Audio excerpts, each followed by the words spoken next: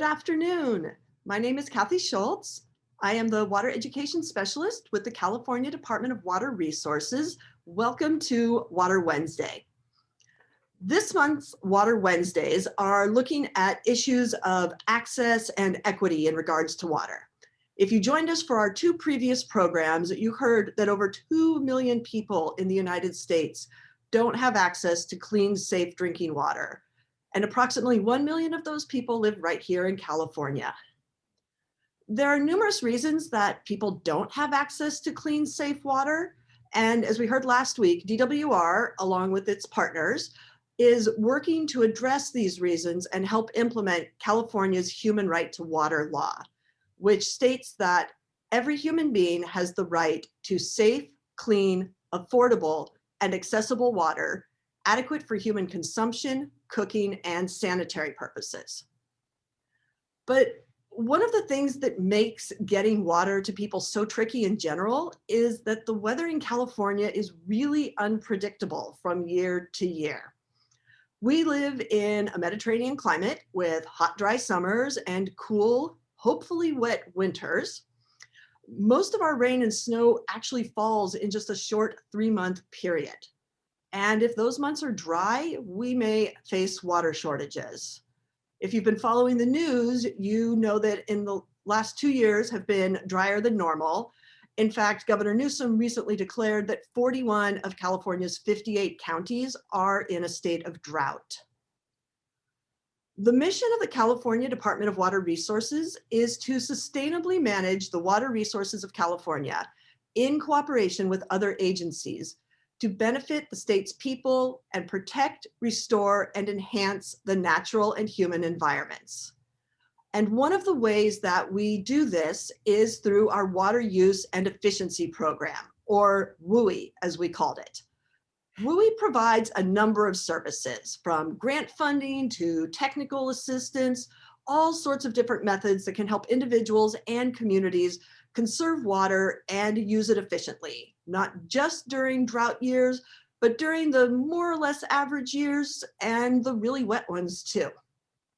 So we are joined today by Dave Todd, Program Manager with WUE, who will be talking about what his department does, what WUE does, drought in California, and some of the ways that those of us who do have that reliable access to water can help conserve it. Before I turn things over to Dave, I just want to do a quick Zoom overview for anyone joining us for the first time. If you've been here before, you know how it goes, but we always have some first timers with us. So really quickly, when you joined, you noticed your videos and your microphones are off. This just helps to reduce any background noise, kids, dogs, leaf blowers, car alarms in the neighborhood. But we do really want to hear from you. So we have an active chat box. If you take your cursor and go down to the bottom of your Zoom screen, you'll see it right there in the middle. It's a little speech bubble with the word chat under it. Go ahead, click on it, send me your questions, and I will read as many of them to Dave and have him answer them as we have time for after he finishes his presentation. We also have closed captions available for anybody who wants or needs captioning. You, again, simply go down to the bottom of your Zoom screen, move a little bit to the right of chat, and click on the button that says CC, and that'll turn on or off the captions, whichever your preference is.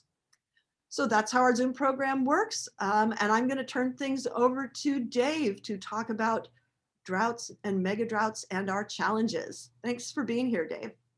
Thank you, Kathy.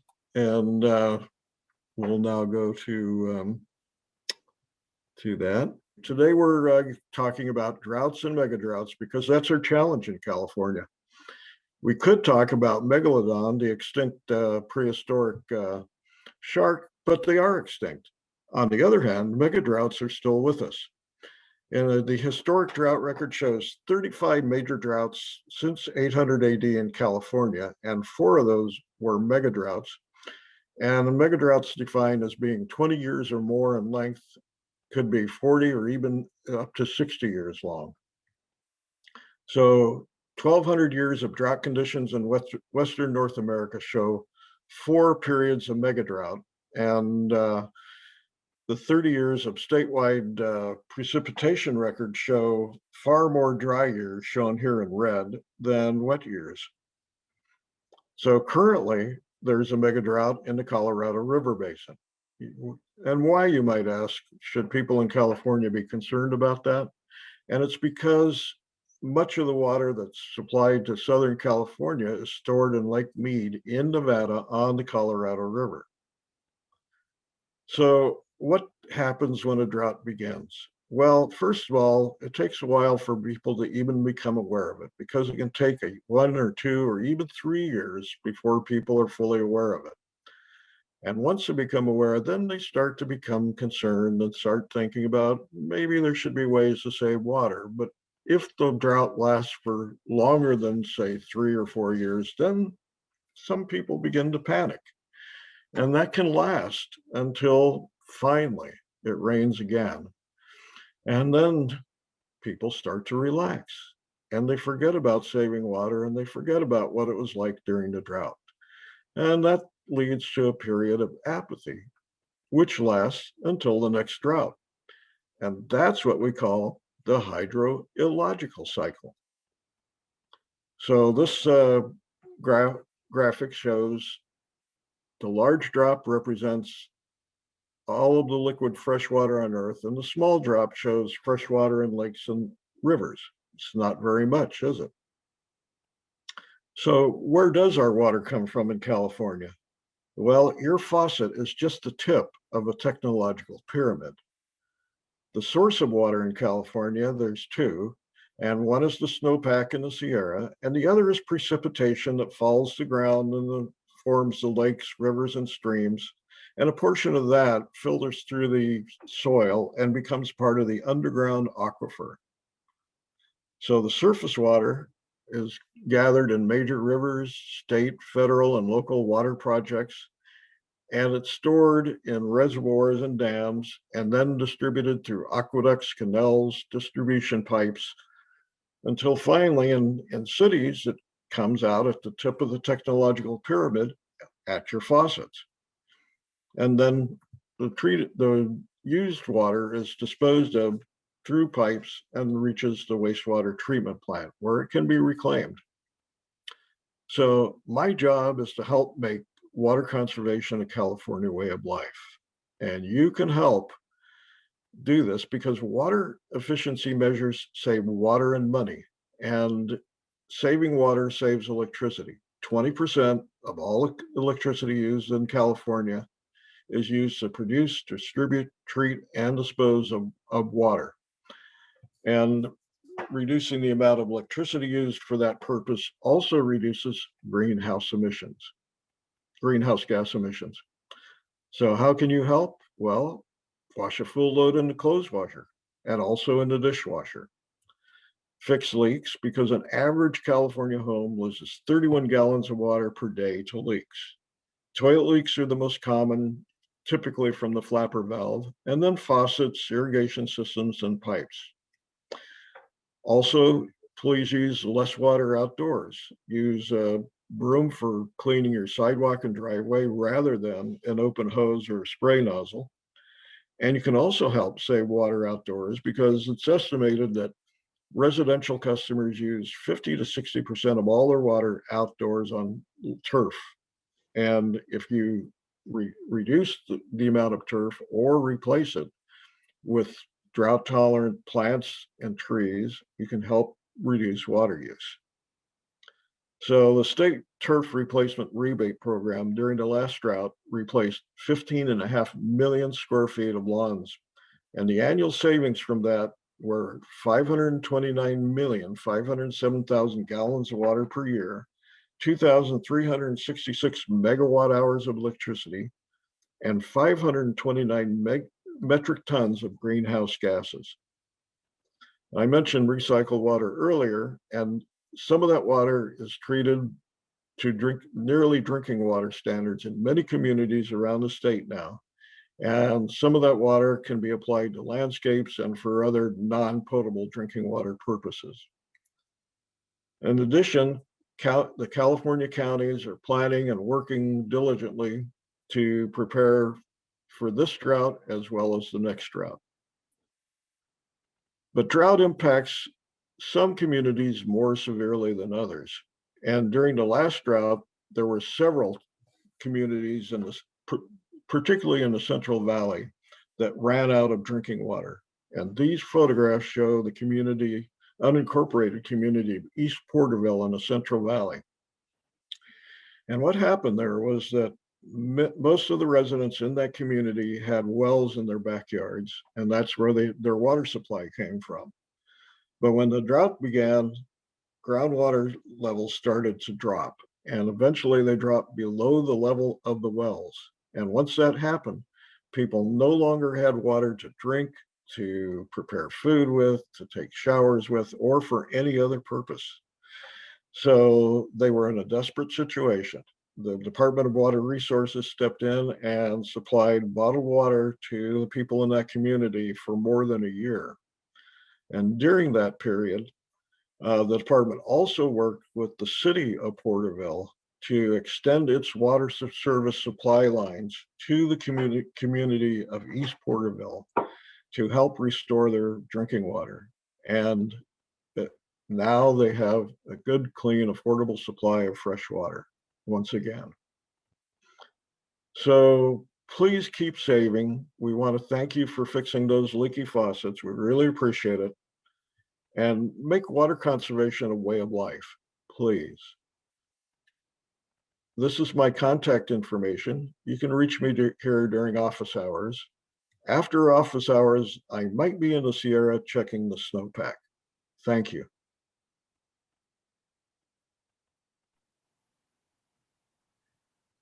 I love the picture of you up in the mountains there, Dave. It makes me long for those cold, snowy days as things get hotter and drier out here. Exactly, yes. Okay, well, thank you. That was great. And we have a number of questions coming in.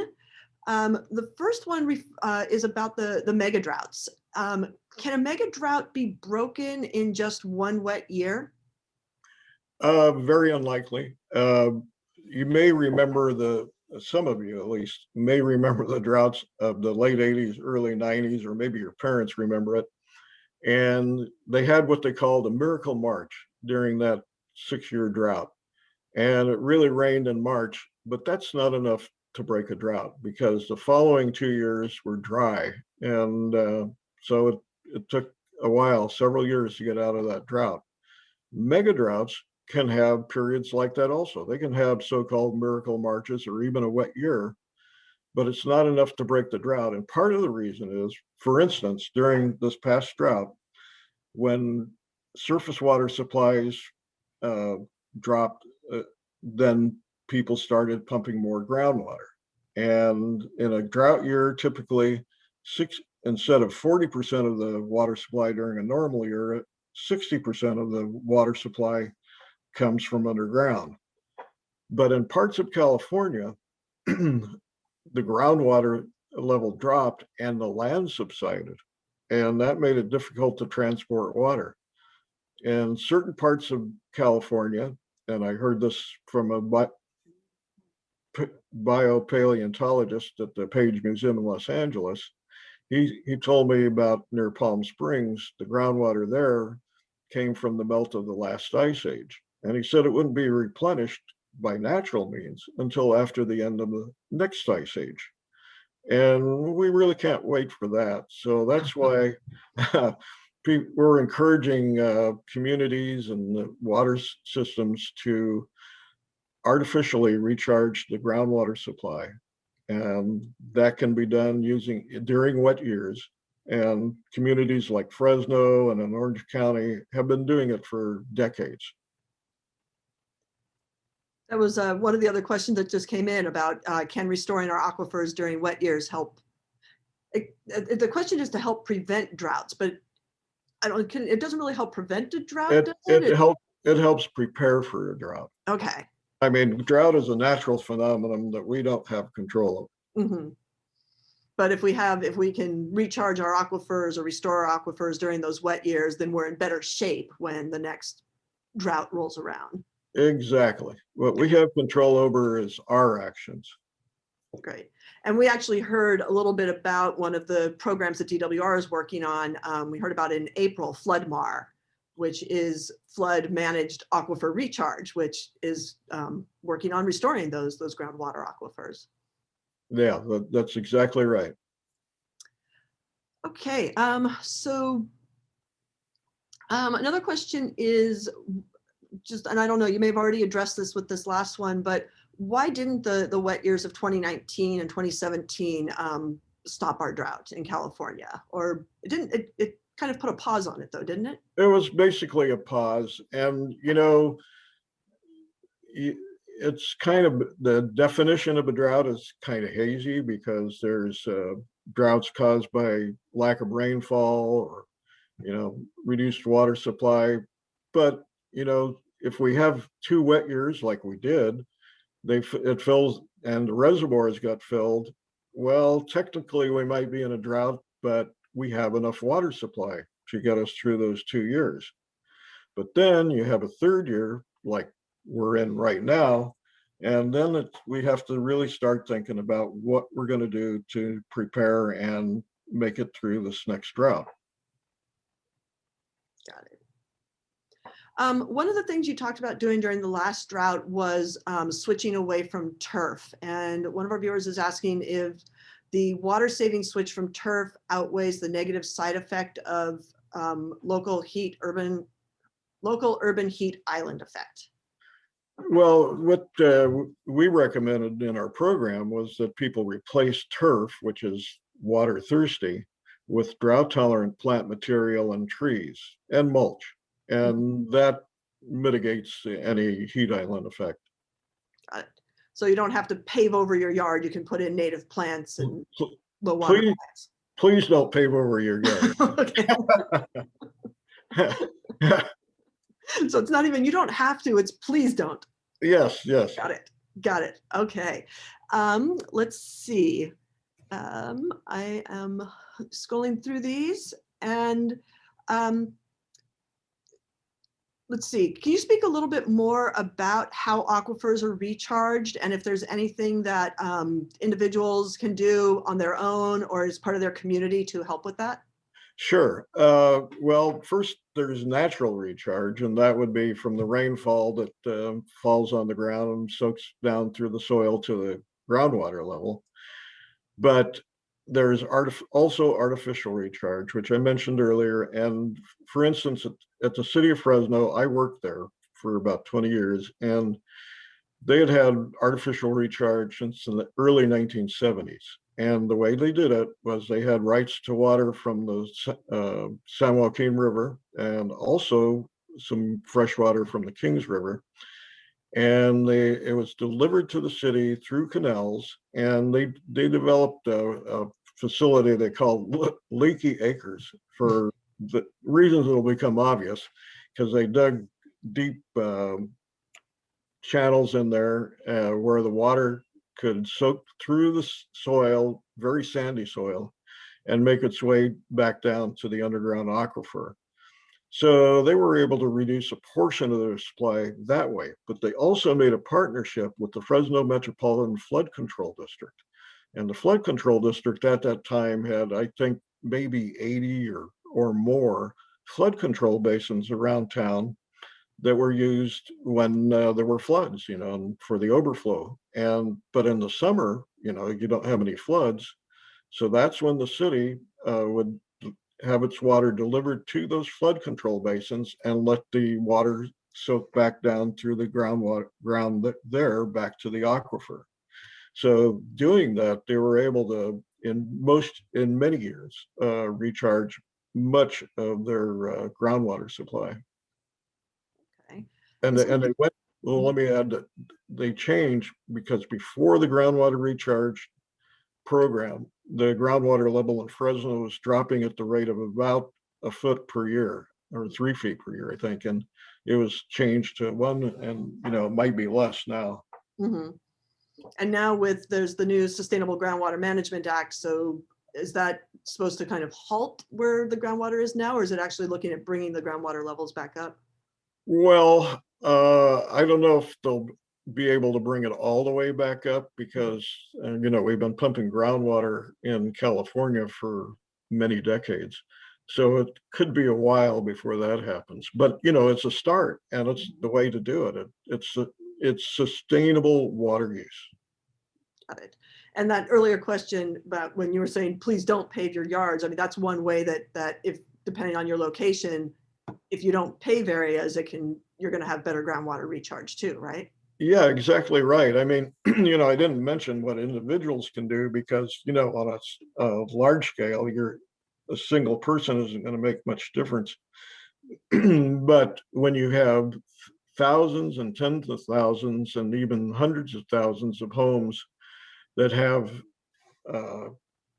natural landscaping, then you can make a difference because when it rains and even when you water, the water can soak back through the soil and down to the groundwater.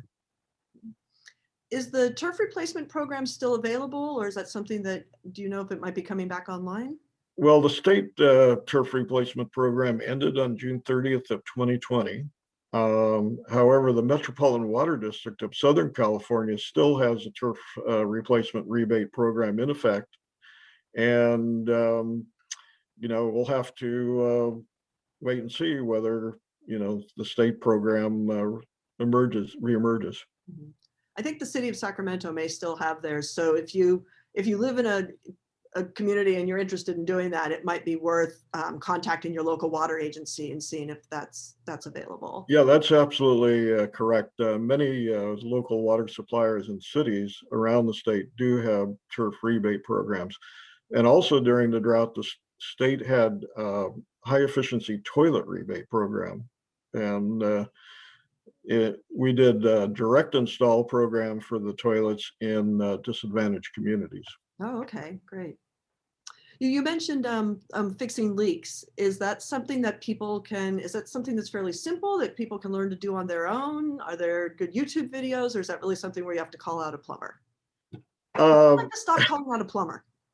Well, it kind of depends on the leak. I think small leaks you can repair yourself. I mean, to show you how easy it is, I've repaired leaks. So, and even before there were YouTube videos, but now YouTube videos make it very easy to follow along and just do it. And you typically, not always, but typically all you need is a screwdriver and get some rubber washers from the hardware store to replace, the worn out washers. But sometimes it's more complicated. And in those cases, you might want to call on a plumber. All right.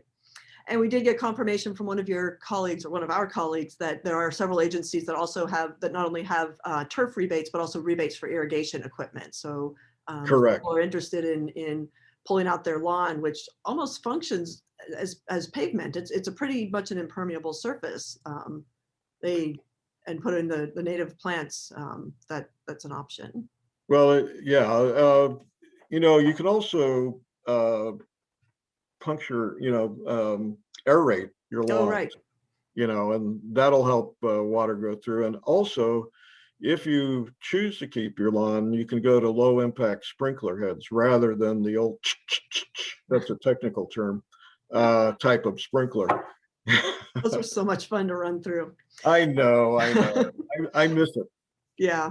Okay, I have one more question. This is a All right. bit of a long one, but one of our viewers says that they feel that most people are completely unaware of California being in a drought or mega drought. And so it's a fair assumption they're not conserving. But since drought seems to be pretty constant, and it seems we need a radical change of lifestyle. So what is realistic to make sure there's enough for the future besides what we're currently doing?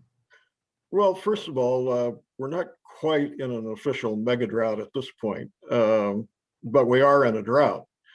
And so it really doesn't require a radical change in our lives. Take shorter showers, shut off the faucet while you're brushing your teeth or washing the dishes if you don't use a dishwasher.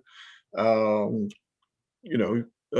water the lawn at night, or during the night if you have automatic system. and measure your use of water. And nowadays many communities have smart water meters, and so you can go online, look at a dashboard that'll tell you how much water you're using, and also it can help you to detect leaks. So it shouldn't require a radical change in our lives to save water. In fact, in many cases, you won't even notice the difference, but you'll feel better about it because you'll know you're doing the right thing and you're helping fight climate change by reducing greenhouse gas emissions. Awesome. Well, that is about all the time we've got. So I want to say thank you, Dave, for joining us today. And thanks to everyone who joined us from home. To learn more about DWR, please visit our website. We have our general website. We also have a specific page for our water use efficiency branch. So you can see what they're doing there and what the different programs are that they have to offer. And then we have a water basic conservation tips for things that you can do. You can share this with your friends and family. It even has those step-by-step instructions on if you want to tear out your turf and put in a wildlife friendly, low water native yard. We also have our education program, water.ca.gov/education. There are a number of links to other programs. Your local water agency, if they have an education program, is on there. Just lots of information on how to conserve water.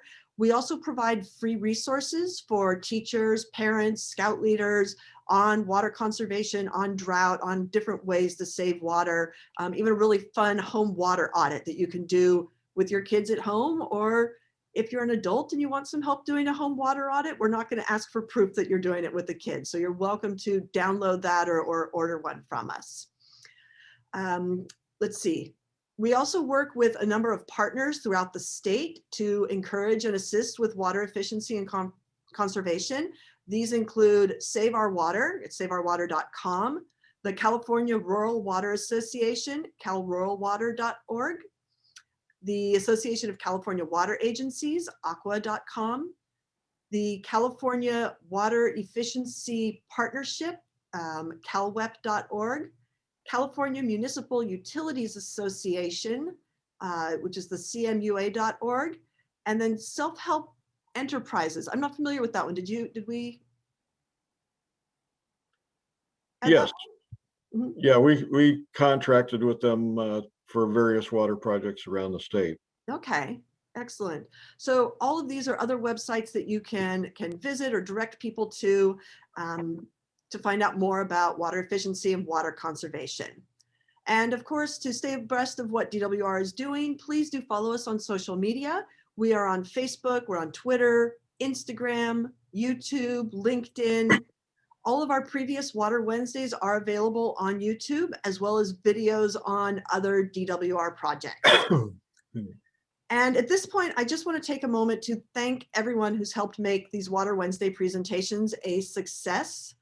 I'm the one who you see here most Wednesdays, except in March when my wonderful colleague Lawrence Campling stepped in. But Water Wednesdays could not exist without the support of our wonderful public affairs staff and our audiovisual team. They have been behind the scenes helping out for a year now, and I just want to say an extremely sincere thank you to all of them. And of course, all of our speakers, Dave here today, everybody else from DWR, as well as our guest speakers from US EPA, NOAA Fisheries, and the Delta Council. This is not goodbye forever. I know it's starting to sound like that, but Water Wednesdays is going on summer vacation. The weather is nice, vaccines are available for those who are 12 and older, and it's really time to step away from our screens for a while. So go outside, enjoy our parks and our beaches and all the great things that California has to offer, although not that snow that we see behind Dave right now. We will be back in September. So be sure and check our events page, or again, follow us on social media to see when we are back and what we will be talking about. So thank you again, everybody who's joined us, everybody who's helped make these such a really fun and successful program over the past year. Have a wonderful and safe summer, and we will see you in September.